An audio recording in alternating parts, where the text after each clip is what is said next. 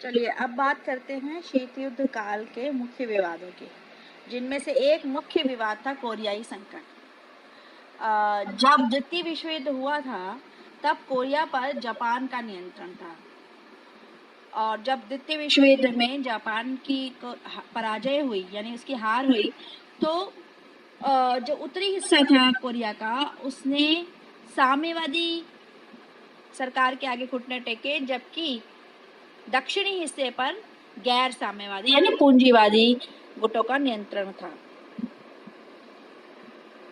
हालांकि चुनाव भी वहां पर कराए गए थे, पर वहां पर अलग अलग सरकारों का गठन हो गया, और इस तरह से वहां पर उत्तर कोरिया में साम्यवादी सरकार का गठन हुआ, जबकि दक्षिण कोरिया में पूंजीवादी सरकार का गठन हुआ।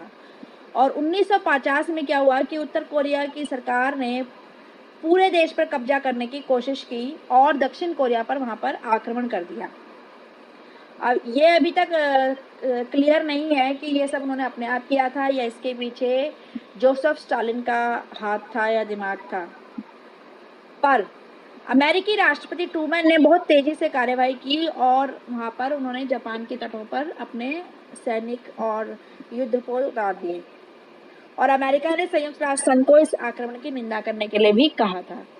संयुक्त राष्ट्र की सुरक्षा परिषद ने सोवियत संघ की एब्सेंस में उत्तर कोरिया को आक्रमणकारी देश घोषित किया, और इसके खिलाफ उन्होंने कार्यवाही की, सैनिक कार्यवाही की, जिसमें अमेरिका की तरफ से एक थे मैक आर्थर, अमेरिकी जनरल मैक आर्थर के नेतृत्व में आक्रमण की जो संयुक्त राष्ट्र संघ की कार्यवाही थी वो की गई, और उत्तर कोरिया की सेना को पीछे खदेड़ दिया।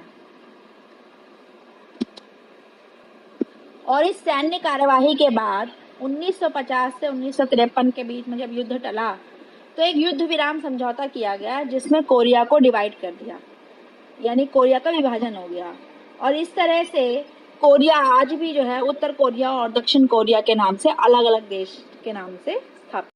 चलिए अब बात करते हैं शीत युद्ध काल के सबसे बड़े संकट, जिसे शीत युद्ध काल का क्लाइमैक्स कह सकते हैं, और वो था क्यूबा का मिसाइल संकट। क्यूबा क्या था? क्यूबा एक छोटा सा द्वीपीय देश है, अमेरिका के तट के पास लगा हुआ।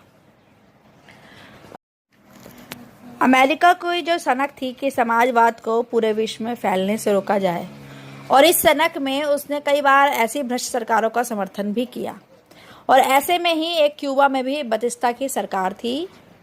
लेकिन 1959 ईस्वी में एक वहाँ पे नेता थे फिदेल कास्त्रो, उन्होंने बतिस्ता की सरकार को उखाड़ फेंका और उनका तख्ता पलट कर दिया, और अपनी सरकार फिदेल कास्त्रो ने वहाँ पर क्यूबा में अपनी सरकार का गठन किया।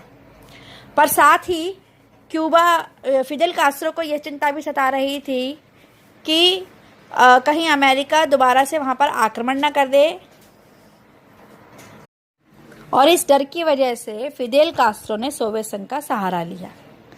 सोवियत संघ के नेताओं को भी ये चिंता सता रही थी कि अमेरिका कहीं साम्यवादी द्वारा शासित क्यूबा पर आक्रमण ना कर दे, और इस देश के राष्ट्रपति फिदेल कास्त्रो का तख्ता पलट हो सकता है, क्योंकि सोवियत संघ क्यूबा को कूटनीतिक और वित्तीय सहायता देता था। 1961 में अमेरिका ने बे ऑफ पिग्स की तरफ से क्यूबा में घुसपैठ का प्रयास किया। उधर सोवियत संघ के नेता जो थे निकिता क्रुश्चेव, उन्होंने क्यूबा को रूस के सैन्य अड्डे के रूप में बदलने का फैसला किया। 1962 में निकिता क्रुश्चेव ने क्यूबा में अपनी परमाणु मिसाइलें तैनात कर दी, और ये जब उसने मिसाइलें तैनात करी, ये इतने गुप्त तरीके से करी कि इसका अंदाज़ा भी अमेरिका को नहीं हुआ, और इस बात का पता अमेरिका को 3 हफ्ते बाद पता चला। इस हथियार की तैनाती से पहली बार ऐसा हुआ कि अमेरिका बिल्कुल नज़दीक निशाने पर आ गया। सोवियत संघ, अब इन हथियारों की तैनाती के बाद सोवियत संघ पहले की तुलना में अमेरिका के मुख्य भूभाग के लगभग 2 दुगने ठिकानों पर हमला बोल सकता था। मिसाइलों की तैनाती के बाद अब जो पलड़ा था वो रूस के पक्ष में हो गया। अमेरिकी राष्ट्रपति जॉन एफ कैनेडी ने अपनी सेना को तैयार रहने के लिए कहा, लेकिन ख्रुश्चेव से उन्होंने मिसाइलों को हटाने के लिए कहा। जब सोवियत पोत ने मिसाइलों से लैस होकर क्यूबा की तरफ प्रस्थान किया तो पूरे विश्व को ऐसा लगा कि अब तो विश्व युद्ध, परमाणु युद्ध हो सकता है। पर यह सौभाग्य था कि अमेरिकी राष्ट्रपति केनेडी ने ख्रुश्चेव का प्रस्ताव जो था घेरा उठाने का, वो स्वीकार किया और रूस ने भी मिसाइलें हटाकर वापस सोवियत संघ में भिजवा दी। और इस तरह उस युद्ध का समापन हुआ जो वास्तव में हुआ ही नहीं था। यानी जो पूरे विश्व को लग रहा था कि परमाणु युद्ध होकर रहेगा, वह टल गया। और ये जो विवाद था, इसे शीत युद्ध काल का क्लाइमैक्स यानी कि चरम सीमा कहा जाता है, चरम